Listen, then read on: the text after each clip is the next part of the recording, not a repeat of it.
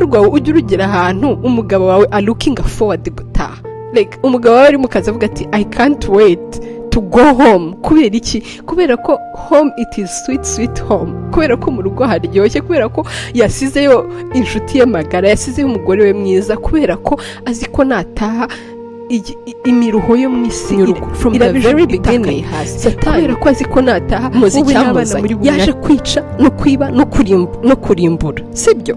Ntago rero Satani is not in favor of your marriage.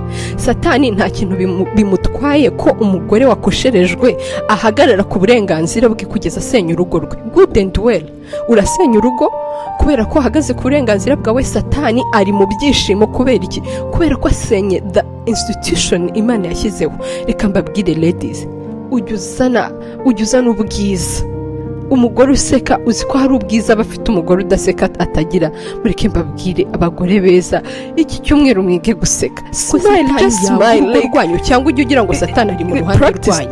Nuzajya ubona mutumvikanye, mwarakaranye, mugiye kuryama, mwareba hari areba hariya, ujye umenya ko Satani ari muri celebration, yashyizemo indirimbo ari kubyina yishimye.